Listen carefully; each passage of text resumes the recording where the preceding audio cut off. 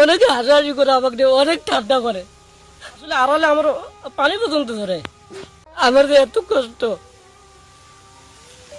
আমাদের বাড়ি চালাটা থাকতো আসলে আমি অনেক খুশি হইতাম। আমার পানি পর্যন্ত ধরে, এই কারণে আমি ভিডিওগুলো বানাই। আমার বাড়ি চালা পর্যন্ত নাই। আমার ফুফাতো ভাই জমি নিয়ে বাড়ি চালা নিয়ে আসি। আমার বাড়ি চালা, আমার আর্থিক অবস্থা আমার বলতে খুব খারাপ, সেটা তো বললাম। বাড়ি চালা পর্যন্ত নাই, শুধু ভাঙাচুরা ঘর আছে। এই ঘর ধরে ভেঙে যায়, আমি তো একটা ঘর দেবো, সেটা আসলে স্যার আমার অসম্ভব।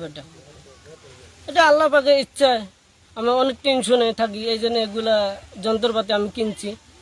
কিনা মনে কষ্ট, মনে আবেগ থেকে কষ্টগুলো আনন্দ দেওয়ার জন্য চোখ দিয়ে যেন পানি না ধরে।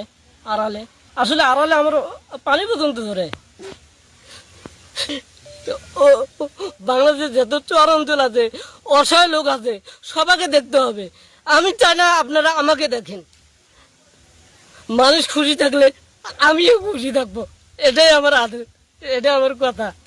আসলে আমি কথা গুছিয়ে বলতে পারি না।